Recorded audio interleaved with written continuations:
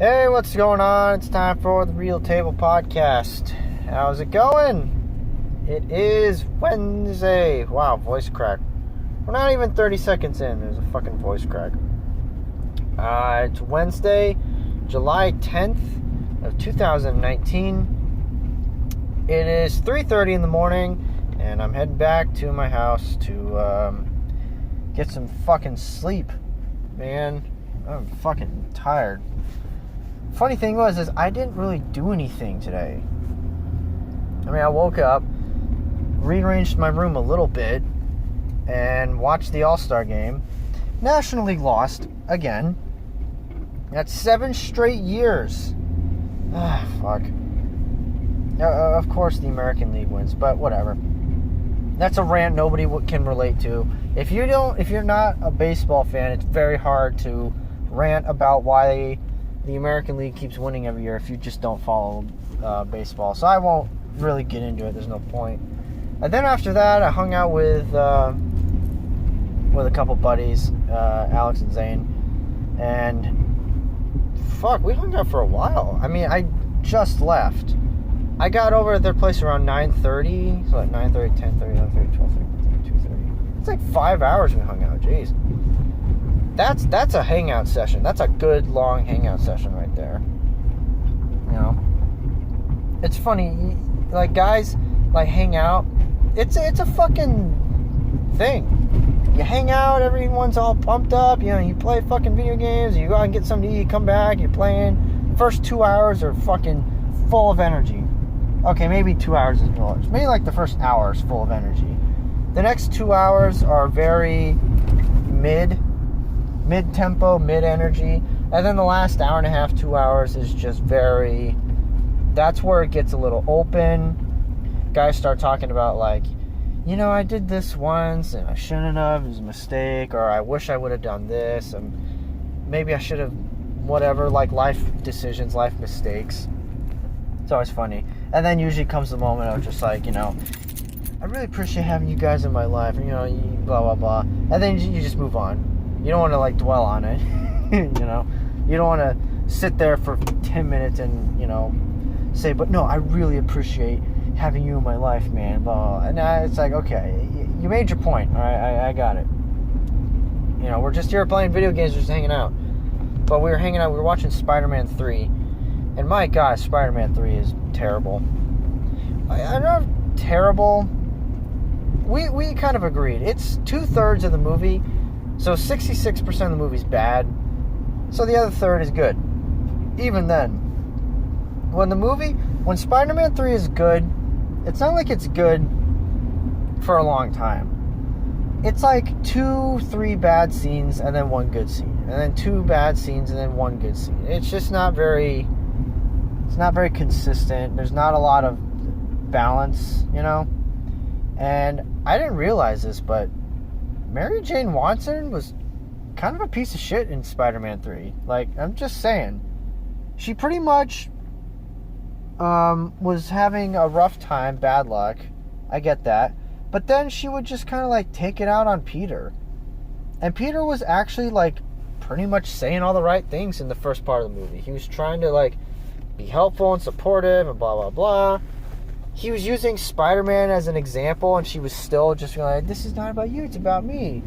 And anyone would be like, I know it's about you. I'm using myself as an example. If I use somebody else as an example, would you still say, we're not talking about them, we're talking about me? Maybe, maybe not, I don't know. But she was just kind of being a dick. And then Peter, like, kissed Gwen. Now she had a reason to be mad at him. But yeah, the rest of the movie, she just was like, I don't know. You find yourself not liking Mary Jane in Spider-Man 3. But then you also find yourself not liking Spider-Man 3. So, you know, you just kind of take the good with the bad. I mean, it's mostly bad in that movie. There are 3 villains, voice crack. 3 fucking villains.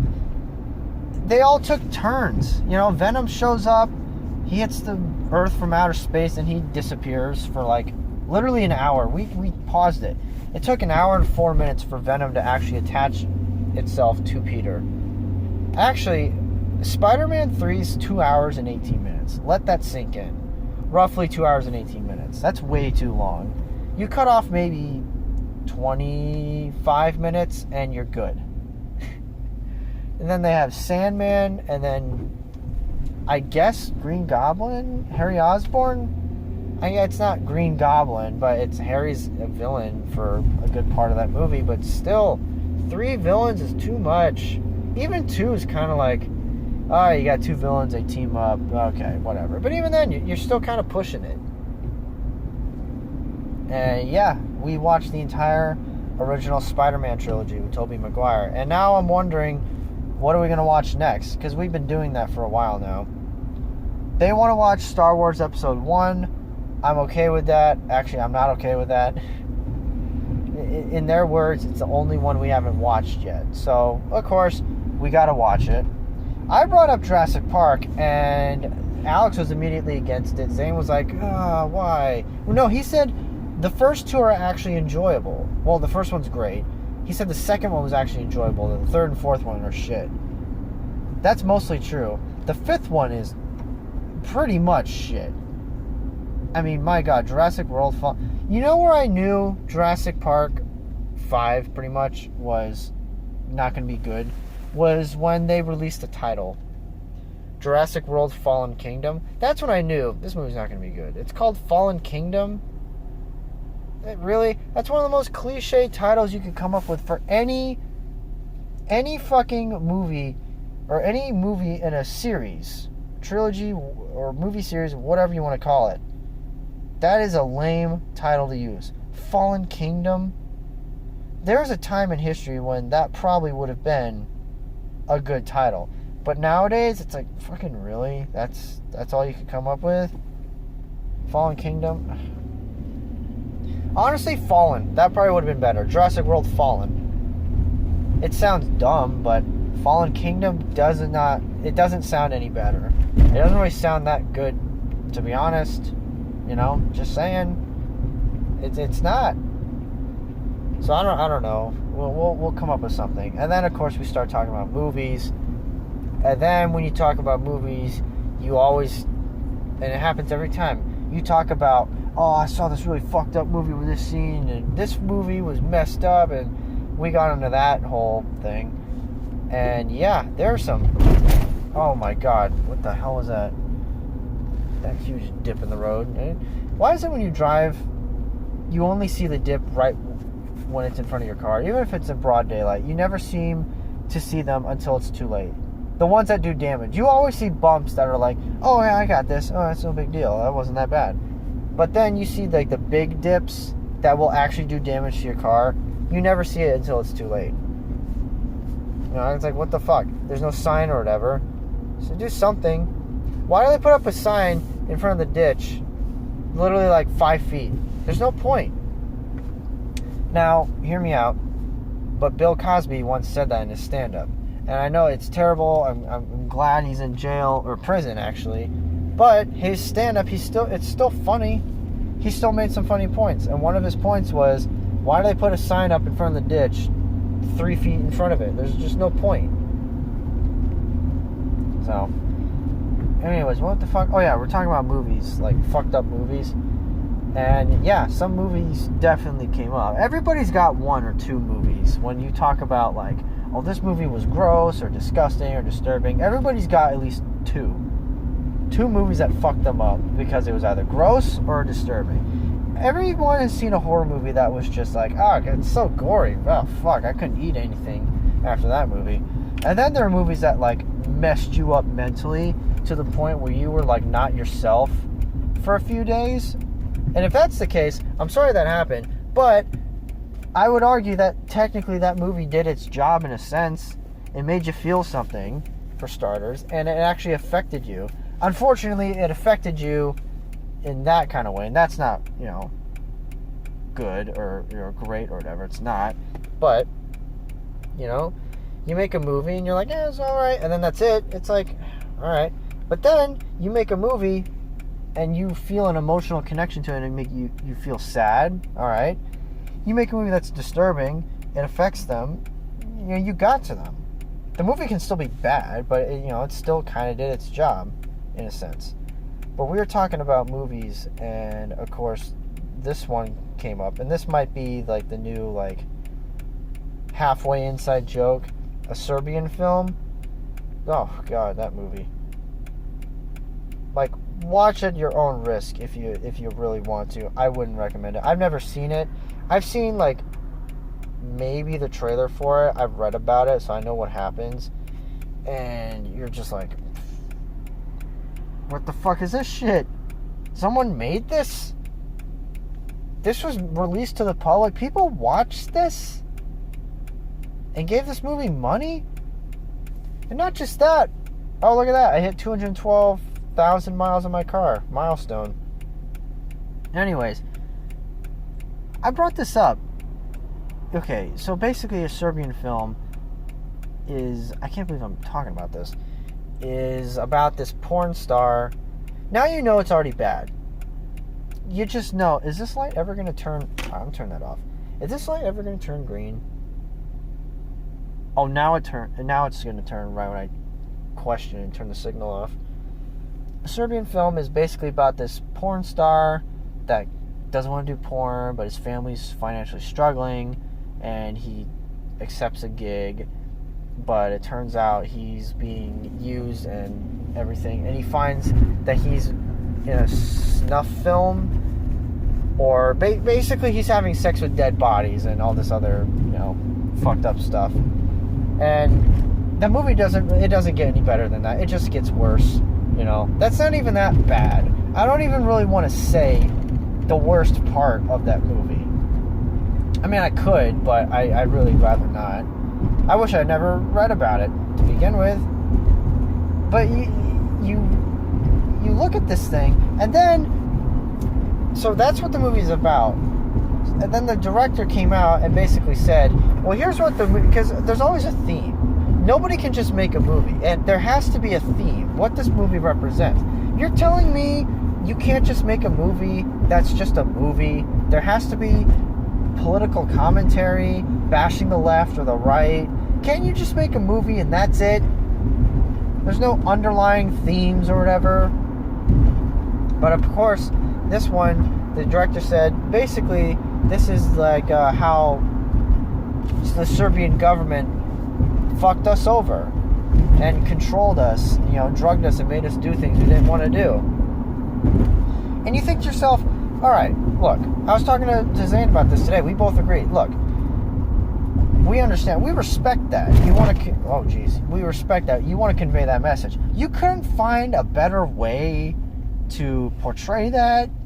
You had to make this movie, and what happens in it, this is all supposed to represent how the government fucked you over? I mean, look, the American government has fucked over a bunch of Americans, but I don't think they're going to make a movie with like that. I think they'll just make a movie where they just say, I got fucked by the government, and that's it. They're not going to make a movie about a porn star that does blah, blah, blah, and then I'm going to come out and be like, hey, this represents what happened to me. It's like, no, it doesn't. It literally doesn't. You may have got fucked over financially, but you didn't get fucked like these people in the movie. Oh, God. Oh, jeez. Alright, get some water. If I can open this thing. There we go. Jeez. Why do I keep finding every bump in the road? Oh, man. But, on the other side of the spectrum, there was a movie that we brought up briefly. There's actually kind of a little funny story, but it's basically about, the movie's called Cannibal Holocaust. And you already know going into a movie called Cannibal Holocaust, you know it's going to be bad. The question is how bad is it going to be? And it's pretty bad. Again, I've never seen it. I've seen parts of it. I saw the trailer for it. I read about it. I know what happens. I'm more interested in the making of the movie. Which, also, back to a Serbian film, can you imagine going to work? You're in an Adam Sandler movie. You know it's bad. It's a piece of shit, okay? But it's a different kind of bad movie. You go on a Fast and Furious movie set. You know it's bad, but it's a different kind of bad. It's Fast and Furious. It doesn't make sense. It's just action, blah, blah, blah. No big deal. A Serbian film? it's not like, I can't imagine there's a blooper reel where people are breaking out laughing in that movie. You know, imagine you hold the mic, you're the guy that you're like the assistant director. You go and get food for everybody. Like, hey man, what do you want at Jersey Mike's? Or what do you want at Subway? Did anyone eat on that set? I don't think anybody could eat. I think everyone just drank water and then just threw that back up. That movie it must have fucked everybody over who worked on it. Not just the actors. Everyone seems to think it's just the actors' mental state. No, it's the entire film crew. It's the production crew. There's a bunch of people on set, you know? It's not like there's the director, the assistant director, the camera guy, the mic guy, and that's it. No, dude, there's probably like 20 people alone on that set. And that might be on a small day, okay? But anyways, yeah, just imagine. Yeah, hey, honey, how was work? Oh, just, filmed this scene on a Serbian film. It's kind of fucked. Hey, you want to have sex tonight? Nope, definitely gonna pass on that one. Probably not gonna want to have sex for a few months, just to let you know. But anyways, there's this movie called Cannibal Holocaust, and basically, it's one of the first, if not the first, found footage movie that was ever made. Oh my god. Bumps on the road! So in that case, you're like, oh, okay, that's pretty cool. One of the first found footage movies. Right on. It wasn't Blair Witch. It wasn't, whatever. I can't think of it. What the fuck is going on over there? It's weird. But anyways, the movie's about these people find this camera that was left behind of these American people that went to this tribe over and wherever, and this was like what the footage that they found. This was the movie, and basically it showed the on-camera deaths of these actors. Okay, here's the thing though, in real life, the director was actually charged with murder for the 3 actors in that movie, saying, you killed these guys, there's video proof of it, you're getting charged. And the director's like, oh fuck, because in the script, or not in the script, in the contract of the actors that were in that movie Cannibal Holocaust, they were told, stay out of the public eye for like 6 to 12 months after the movie's released to make it look real. That's fine, the families aren't being lied to. But here's the thing, that movie was released, everyone thought these actors were dead, the director was arrested, the parents got postcards basically, saying, I'm sorry about your loss and everything. So this director was being charged with murder. He went to court and basically won by having the actors show up in court and go, look, they're still alive, let me go. And they're like, yeah, they're still alive, you can go.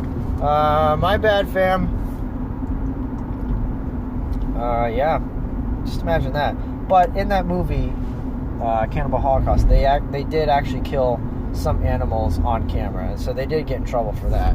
What animals? I don't remember. I think like a pig or some small animals. I don't remember. But anyways, so yeah, I'm always interested in like the making of movies rather than the actual movie, and that can sometimes save a bad movie, in my opinion. It's like a bad movie, you're like, whatever. But then you watch the behind the scenes and you're like, it's pretty interesting.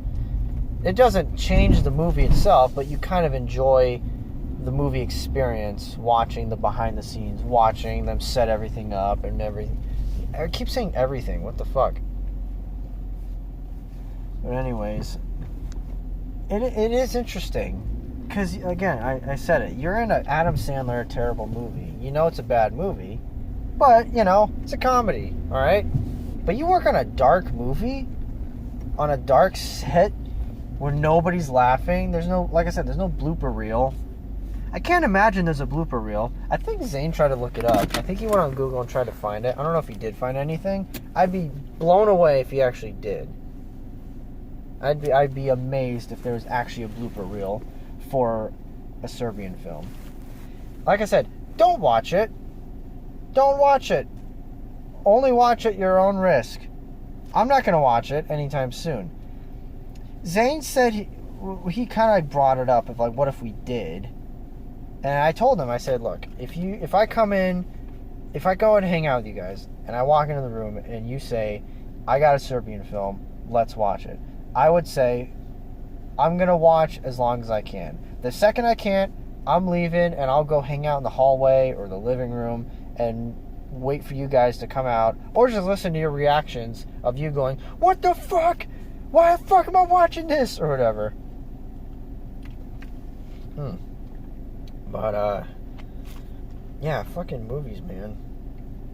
Movie industry it's bad. It's getting really bad. And I want to have Zane on here so we can talk about this and, like, actually record it, because you brought up a lot of good points. But the movie industry is just, it's recycling. That's all it is. Which is fine, but it's not fine. Look, you want to remake a movie? Fine. Go for it. I'm just going to turn this off. I'm in my normal spot in the Safeway parking lot. Now, room's not ready yet at my house to record in. But anyways, look, if you want to remake a movie, fine. Stop remaking animated movies, especially big popular ones like Lion King, Aladdin. Why? Why are you doing that? Leave that stuff alone. Leave those legacies alone. You're just dragging them down. And all people are saying is, I like the original more. Has anyone ever watched the remake of a movie and said, this is better? And we were talking about it. True Grit with Jeff Bridges might be one of the only answers to that. There are a lot of people that said the remake of True Grit was better, way better than the original. So there's that. We're talking about movies a lot. We're probably like halfway done, give or take. I'm pretty fucking tired. Which, again, I didn't do anything today, so I don't know why I'm so fucking tired. So, you know, like I was saying, which, what the fuck was I saying? Something about movies. Oh yeah, the film industry. But it's not going anywhere. But granted, I don't really think there's anywhere left to go. What uncharted territory is there that we haven't explored? People don't want to watch experimental films. They want to, watch what's safe. They want to watch something that they can follow easily. They know what to expect, all this bullcrap. But, again, what does that really, do? It doesn't really do anything. And we were talking about Star Wars. And The Last Jedi, I mean, look, I enjoyed it, don't get me wrong, but, man, there are just some parts of that movie that you look at it and you just scratch your head and you're going, why? Why do they do that? It doesn't make any sense. And sometimes it doesn't have anything to do with the story. You just look at it and you think to yourself, look, the character of Rose, what did she do exactly? Jack shit. She didn't do anything. So why was she in the movie way longer than she should have been? Seriously, she didn't do anything. Why did they have her in there? It was so Disney could pretty much say, and again, Zane brought this up, it's a good point. I said they had her on there because Disney is being diverse. They're saying we got a white character, we have African American, we have Chinese. And he brought up a good point. The Chinese movie market is huge. That's why they had her in there. Maybe, maybe not. I don't know. I feel like it's one of those things where they would go, no, that's not true. And then they leave and they're like, yeah, it's totally fucking true. Can't believe they actually called us out on it. But again, your movies are kind of suffering when you have an agenda. When you have to cast, all these specific people and this is what you're left to work with. And you're like, this is it? I can't work with this. You're forced to make it work. It doesn't work. And people don't like it. And you have to sit there with a big smile on your face saying, I like this, I'm proud. When in reality, you're like, probably, I don't like this. I was told to do it. Wait, today is... Okay, July 10th. That was July 9th for a second, even though I just said the date 24 minutes ago. God, sometimes I can be really stupid. Like, I know I'm dumb, okay? But, like, man. Like, you ever have those moments where you catch yourself and you're like, wow, that was really fucking dumb. Kind of like those moments where you forget how to spell an easy word. I remember one time I couldn't remember how to spell witch. I was like, it's W-I-T-C-H. What's the other way to spell it? And I couldn't figure it out. I couldn't remember for like, I had to just stop thinking about it. You know? Everybody, and that is, I've talked to a lot of people about that, and everybody has gone through that before. You forget how to spell a simple word, and it drives you crazy because you stop what you're doing and you're thinking about it, and you cannot, for the life of you, think of the proper way to spell it. So I don't know. Is this what I've come to? I've run out of. Oh no! Wait! Hold up! I just saved this podcast right here. All right, at the 2613 mark. Okay, you ready for this? This is a bit of old news. But before I say this, this has gotten to a point where if I do think of something, I write it down on my phone. Well, I text it into my phone, because technically I'm not writing anything into my phone. For all you smartasses out there. Anyways, I am writing stuff down, putting it in, so I can look at it and remember. But there was something. Oh fuck! Wait, did I talk about this? I don't remember if I did, so I'm just gonna say it anyways. But there was a little controversy in Toy Story 2 where fucking Stinky Pete made that casting couch joke. I feel like I did talk about this, so I'll keep this a little brief. But anyways, basically the scene, it was a blooper reel in the end of Toy Story 2 where he's talking to two Barbie dolls and he's like, I can get you a role in Toy Story 3 if you let me take you out or whatever. And then Disney cut the scene. They recalled. It's too late at this point. But basically from here on out, when they make the movie, they're going to cut that out. I get it. I'd probably do the same, but also, it was 20 years ago. Nobody knew, okay? A lot of the stuff we don't know until well after it's done, which is, very sad. A lot of the stuff we find out is usually when it's way past when it happened. It's just a bummer. But you remember the Weinstein effect, as they call it? Every morning you woke up and you're like, whoa, that guy? What the fuck? Pretty soon there's gonna be no one left in Hollywood except for all these Marvel actors. Great. Marvel actors and Adam Sandler. Great. These are the only actors left in Hollywood. I mean, fuck, a lot of people, were accused. And I'll say that, accused, because a lot of these there's no, evidence to back it up. But, you know what?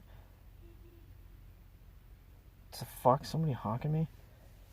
Some of them, like the whole Dustin Hoffman thing, when you have, like, multiple stories of, like, practically the same thing, you think you're kind of like Bill Cosby, because you're kind of like, all right, even if all of these aren't true, I think most of them are true.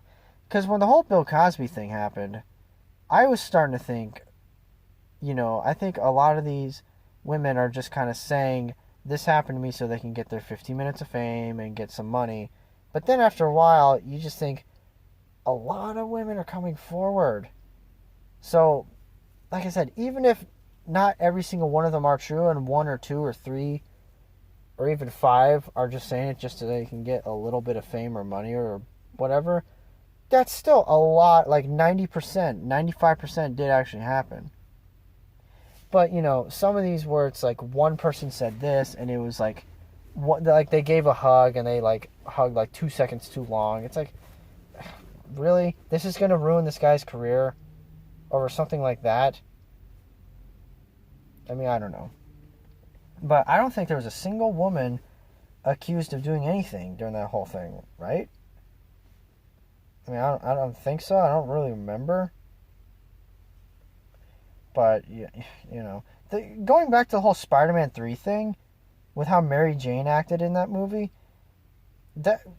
here's one thing that Spider-Man 3 actually did very well. It really showed how, like, a majority of women out there kind of, like, deal with their problems. They just take it out on their boyfriend or their husband or their male friend. And the male friend tries to, like, help out, and then they just kind of, like, say, you're making this about you, you're making it worse. And then the guy kind of just is like, okay, what do you want from me? And then just kind of eventually just gives up. And then right when the guy gives up, that's when the girl wants to, like, come back and fix it and go all in. But that's just how life works. It's the same thing with guys. The second a girl gives up, that's when the guy, wants to go all in and fix everything. Because that's how it works. When people are comfortable, they're comfortable. When that comfortability, did I just create a word? When the level of being comfort is disrupted, then that's when people are like, okay, I'm going to change. I'm going to do this. I'm going to do this. It's kind of like a near-death experience. People have a new appreciation of life, as Jigsaw might, say, and they change their lives. They eventually kind of go back to what they used to be, but still, for a short amount of time, it was different. And I kind of lost my train of thought there for a second. Oh yeah, Spider-Man 3. So, yeah, I don't know, we were watching this and we were just laughing, but we were also kind of like getting frustrated. It's like she's being a fucking piece of shit. She's saying all this stuff and not backing any of it up at all, or saying something, Peter tries to say whatever, and then she just immediately shoots it down. I mean, I don't fucking know. I think everybody's been in that position. 1 second everything's fine, the next second you're having like this intense argument that eventually leads to we need to break up or we need to take a break. By the way, when somebody says we need to take a break, that's kind of like we're going to break up, I'm just going to kind of like prolong that. I'm just going to wait to do it until it's more convenient for me. That's pretty much what it is. When you hear we need to take a break, or maybe we should take a break, you might as well just say, let's not do that. Let's just end this now. Like, what's the point? That's like when an athlete gets injured so many times and he doesn't want to say he's retired, but he's not playing. It's like, just retire. Just say that you're going to retire. This is hard to watch. It really is. Man, we're talking about Spider-Man 3 a lot in this podcast. That and the movie, the film, not really the film industry, but like really like fucked up movies. What the fuck am I going to write in the description box this week? I don't know. I do know this. I'm very tired. Very, very, very, very fucking tired. And with that, I ran out of... That was the only thing I had written for my real table subjects, was the Toy Story 2 thing. Other than that, I'm out. I got nothing. Well, hold on a second. I will say this. Apparently, I didn't know this, but apparently Cleveland, Ohio does not really have that great of a rep. I had no idea. I really thought Cleveland was actually like a well-liked place. I've been hearing that it's not. It's not as well-liked as I thought. But hey, you know what? I live in Phoenix, Arizona.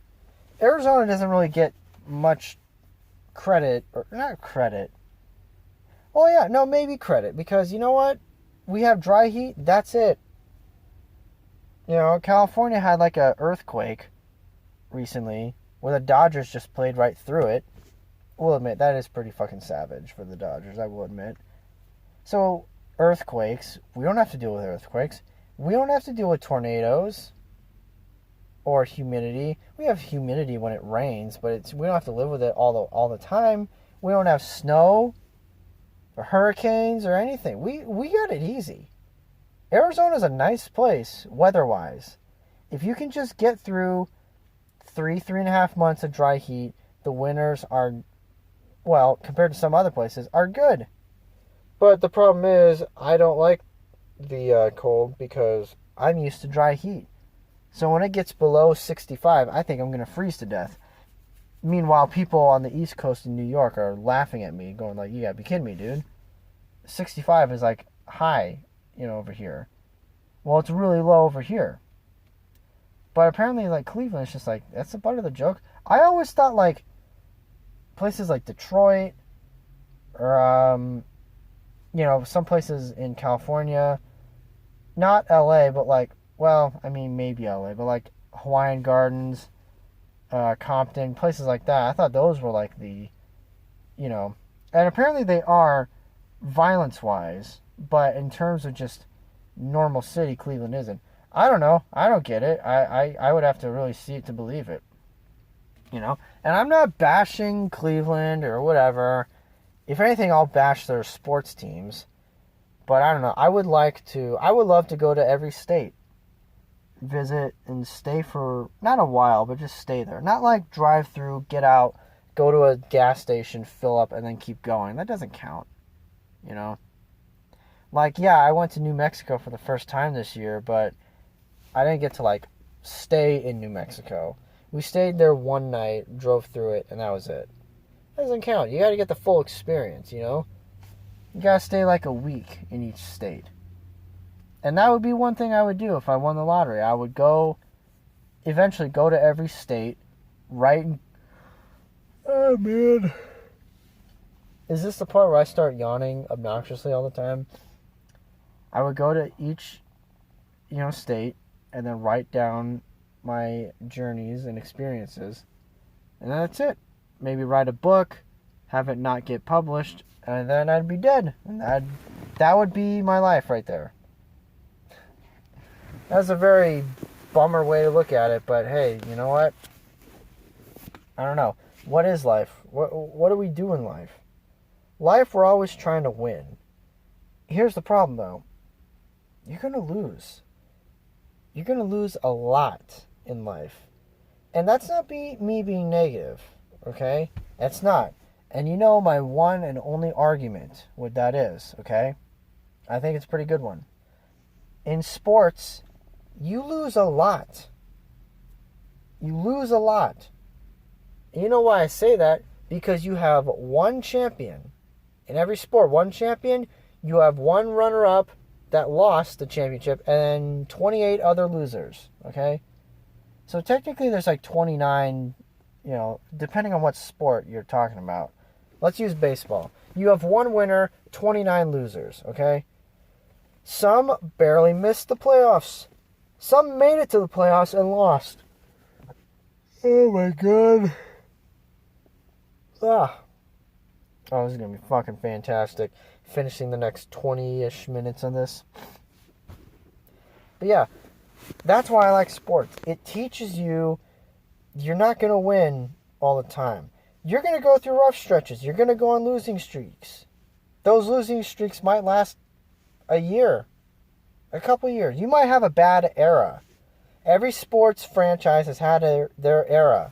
Their golden era, the evil empire era, the era where the attendance was low, they were losing money. That happens. Your life is a sports franchise. You're the owner, general manager, you spend money, you risk it, sign this free agent. Sometimes it works out, sometimes it doesn't work out, And it affects your decisions in the future. I don't have the budget or money to compete. I can't compete with that guy. He's going to beat me. He's got more money. He's got a nicer car than me, So, when I say you're going to lose a lot in life, that's not me being negative. It's basically saying in sports, you're going to lose games. You're not going to win. You can't go 162-0. You can't go 82-0. Football, you can probably go 16-0. It'd be really fucking hard, but you also have less games to do it. Every other sport, basketball and hockey, you have 82 games. Baseball, you have 162. You're going to lose. There's nothing wrong with that. What matters is what games do you lose and how you respond the next night. You know, and for non-sports fans, when you fall, how do you get back up? All right? That's the best way I can put it. You fall, how long do you stay on the ground? Do you stay down? Do you get right back up? Do you get back up, fall down, get back up, fall down? Do you put one knee on the ground and kind of pep yourself up? You know, there's different ways. If you lose a game, how do you respond the next game? You come out ready to go, ready to kill, or are you like, I'm still bummed about the last game, so I'm going to let it affect me this game. You know? There are plenty of ways you can look at it. What the actual fuck? This is a very well-lit parking lot, too. I feel like I'm in Vegas with how bright it is at night. Then again, the sun's going to come up in like an hour and a half, so probably shouldn't really be saying too much. But anyways, like I said, that's why I like sports. And you cannot, I repeat, you cannot be a sports fan without going through some sort of heartbreak. And I'm not talking like the heartbreak of a relationship. That's a different kind of heartbreak. And speaking of that, everybody should go through that at least once in their life.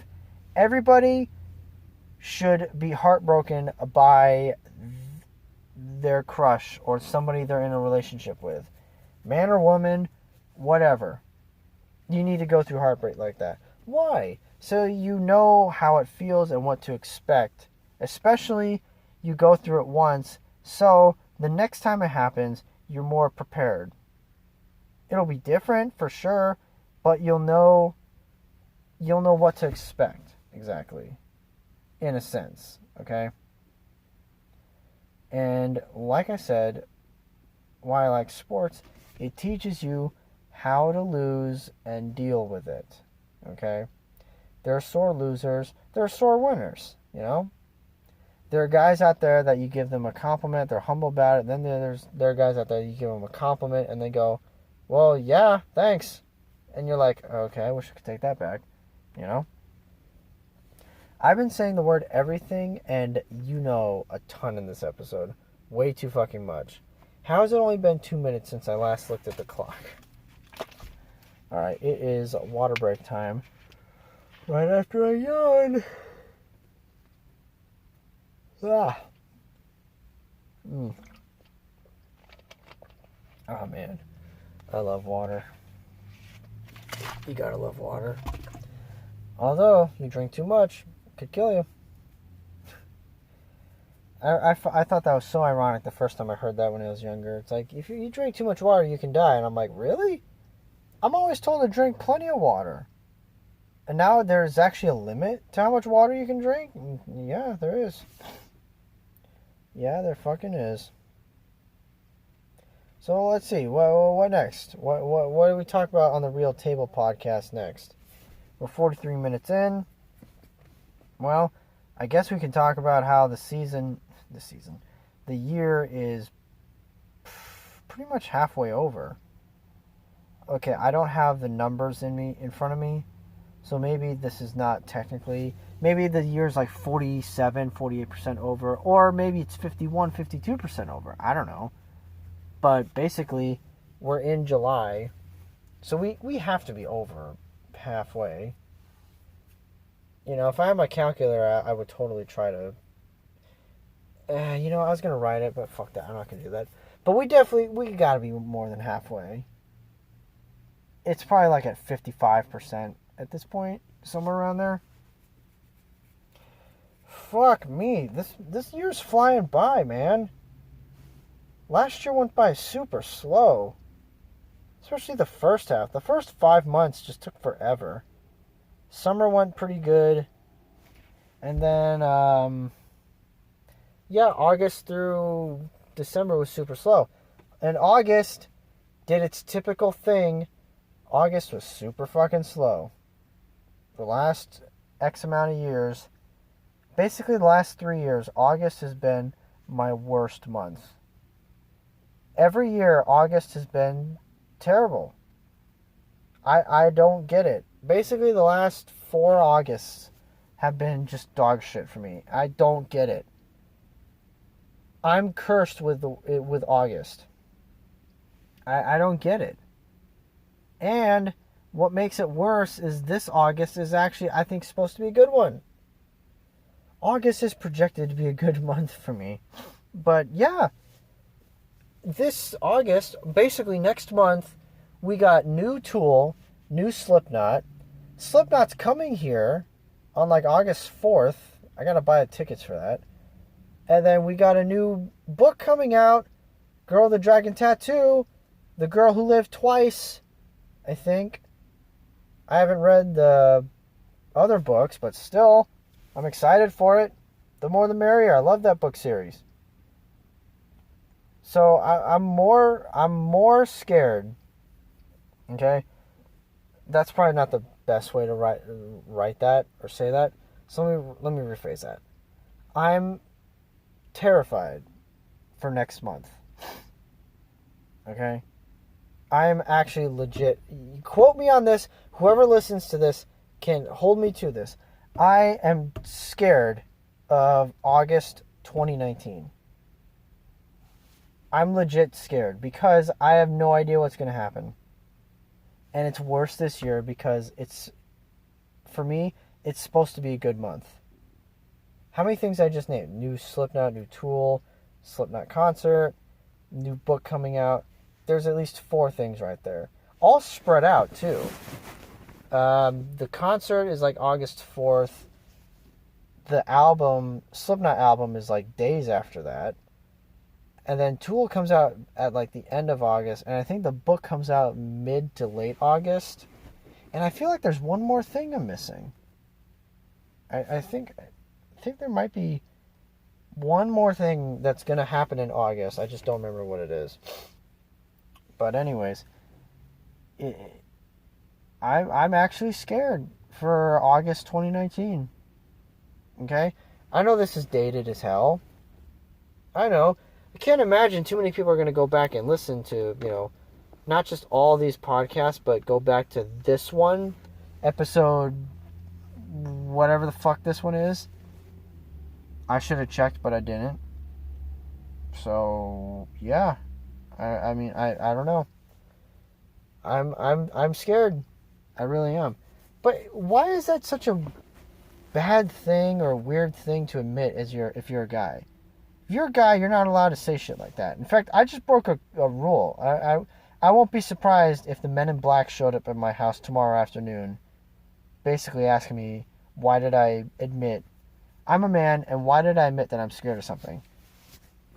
You know where I got that from? You know what basically cemented the fact that it's okay if you're a guy to admit that you're scared or terrified, in my words? It was the movie Jumanji, the original with Robin Williams, not the remake.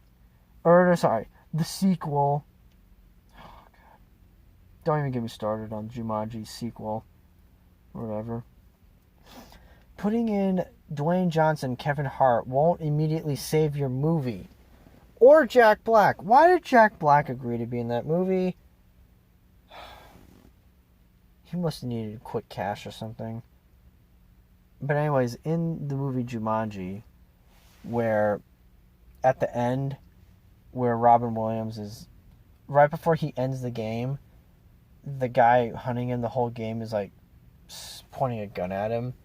And he stands up, and the guy with the gun, I forgot his name. Oh, Van Pelt or something? Van Belt or whatever.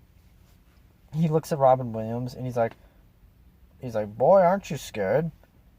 And then the camera pans to Robin Williams, and he's like, I'm terrified. But then he says something like, I was always told to stand up to your problems for them to go away or something like that. And then the guy with the gun is like, you're finally becoming a man. Any last words or whatever? That was a pretty good accent right there. I'm going to pat myself on the back for that one. I actually did. You hear that? I just pat myself on the back. More like the shoulder, but you get it. I'm trying to compliment myself. All right, let me have it. There's a guy cutting through the parking lot. Then again, I'm recording Real Table Podcast in the Safeway parking lot, so what the fuck am I to judge? But anyways, yeah, after I saw that movie, I was like, all right. And then later on, few years ago, I was sitting and I was thinking about that scene, and I'm like, yeah, he admitted out loud that he was terrified. And I think that somehow helped him out, gave him more confidence. So why don't I do that? And it's kind of worked. Just admit it. Just say, admit how you're feeling. If you're scared, maybe don't announce it to the world. But if you're hanging out with a friend or whatever, just say it. Just say it. And Zane was telling me this earlier that I have thought about before in the past. It was basically deleting social media, but keeping the bare minimum to communicate with friends and everything. And he was saying how you feel a lot better when you get rid of it. And you think, yeah, I kind of would. Problem is, everyone uses social media. And not just that, that's how you communicate. Whoa, that guy got really close to my car. Everybody's speeding through this parking lot. What the fuck? So yeah, I communicate with people using like social media. So if I get rid of it, I'm not going to communicate with a lot of people, and this is what I'm mostly concerned about. A lot of people might think that I blocked them or I cut them out because I'm mad at them. I'm not mad at anybody. I'm just trying to like be a happier person. And you always hear cutting social media out is usually like the first step. But like I said, problem is I'm trying to get more subscribers for my drum covers for both of my podcasts. And the best way to do that is to post it like on Facebook or some sort of social media. Hope somebody listens to it. They subscribe. They tell their friends to check it out. And then they tell their friends. And they tell their friends. And then pretty soon you got people from fucking, Idaho or Alaska listening to your podcast. And you're like, oh, cool. This is cool. Right on. I mentioned this was cool. I'm really tired. I wasn't going to go this long, but fuck it. Let's just go for an hour. Why not? Why not? And recently, I've been getting back into Rush. Like listening to some songs I haven't listened to in such a long time. And listening to Rush, I came up with a really good idea for a story that I would like to write. Problem is I actually have to write. Which I like writing. There are just some things I don't like about writing. But you have to do it. I don't like the small stuff in writing. I don't like the build-up, some of the dialogue. Some of the dialogue is cool. I remember I took a writing class. Writing the dialogue was like the best part, in my opinion. But describing the action, describing the environment. You think about it, you read a book, and you read about like, let's say a guy pulls up to a house, describes the house. You got to do that. And I'm not good at like describing something that's not right in front of me. If I had something right in front of me, like right now, if I look at the fucking Safeway, I could describe it right now. But if I'm sitting in a room, like my living room or my bedroom, and I have to describe, a mansion, how am I going to do that when I got nothing in front of me? So it's hard for me to describe it. Hence, that's where the talent comes into play. But I was listening to this Rush song, and it gave me a really good idea for a story that I can actually see myself slowly piecing together. I did want to be a writer when I was younger for a short amount of time. I think I really could sit down and crank a story out. It might not be like The Stand by Stephen King where it's like 1,200 pages long. Well, that's the uncut edition, excuse me. The original one's like 850. Sorry. But anyways, I really think I could. I really like the story I came up with. I've, honest to God, sat down. I don't remember how long ago it was, but I did try to sit down and just write. And it's great for like the first 10 minutes. And then after that, I just get tired, I get bored, and that's it. Because I hate writing slow, building stuff. It's essential, it's important, but it's like, oh my God, this is so boring. I don't want to do this. That's what you have to do. You have to do the slow building up stuff to get to the fun climax. You just got to. You can't do it. You're not going to be a successful writer. You can't have a story that's just nothing but action. You have to have some downtime. But anyways, getting into this whole thing, I've been getting back into Rush. And with that, I've been listening to some Soundgarden. But, I don't know why, but I got a hankering. All you music fans out there, you ever get, like, you want to listen to a band and one song, random song, just, like, pops into your head and you're like, I want to listen to that. Not at one of their hit singles or whatever. It's like a rare song. They don't even play it live at shows too often. I listened to 4th of July by Soundgarden, and I got into it. I really like that song. I always liked it. Now I like really like it because the lyrics are just so not two-sided, but they have these double meanings, or it's about nothing, but clearly it is about something. Also, the song 4th of July, that's just funny. Yeah, I don't know. Like, you listen to it, or you read the lyrics. And yesterday, I went out and bought a couple Audioslave CDs. Audioslave is alright. Not great, not terrible. Not really memorable. They're actually pretty basic. It's basically the guys from Rage Against the Machine, drums, bass, vocals, formed a new band with the singer Soundgarden, Chris Cornell, Audioslave. And it just didn't work out as well, but it was still good. I went out and bought a couple of those CDs. They only have 3. My dad has the first one. I got the last 2. They're not that great, but I'm reading it. I told my parents, I really bought them for the lyrics to see what he was writing about, see what he was saying. And it still bums me out. Chris Cornell with, his suicide and everything, what I was doing, where I was at, what I did the next week or two. And I've been getting back into not just Rush, but just listening to music and really, really listening to it. Because before, I felt like I was just using music to just put on in the background, which is fine, but that's not what music was and still is for me. Music for me is, I listen to it and relate as much as I can to it, or try to understand, because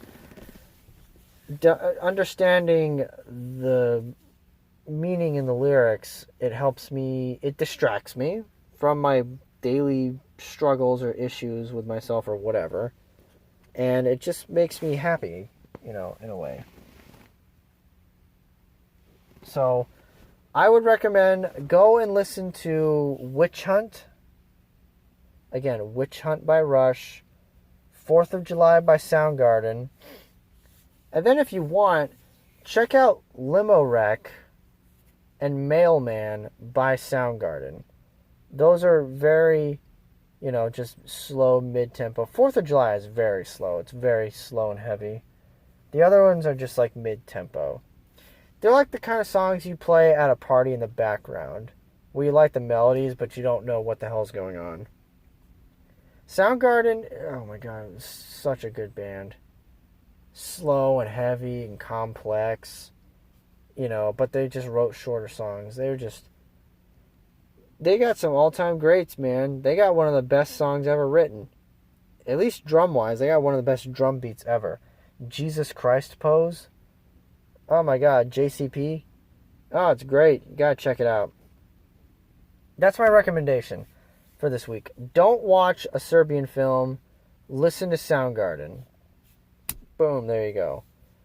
And with that, I'm probably going to wrap it up on that note, although I do want to get to an hour. I haven't done an hour podcast in a while. But I would recommend Bad Motorfinger by Soundgarden, and then Super Unknown by Soundgarden. Those two are the best. They're a dark band. Like, you read the lyrics and you're like, whoa. I mean, they have a song called Like Suicide. And they have some other songs that are just, they have a song called Pretty Noose, and with Chris Cornell, he hung himself. You just can't look at some of his songs the same. You just can't, But Soundgarden is a great band, great musicians, great musicianship, very memorable songs. And I'm not talking Black Hole Sun. Black Hole Sun is alright, but it's just, I don't know. I listened to that song on my own free will. It wasn't on the radio a couple weeks ago. And I enjoyed it more. But like I said, there are so many other Soundgarden songs that I would recommend. And I really wish I had more people following and listening to this so I can, talk about it more, recommend songs and everything. But I did. So what is it? Limo Wreck, Mailman, and 4th of July by Soundgarden. And then Witch Hunt by Rush. Anyways, that's going to be it. That's the Real Table Podcast. Thanks for tuning in. I'll see you on Saturday. Until then, don't watch a Serbian film and listen to Soundgarden. All right. Bye.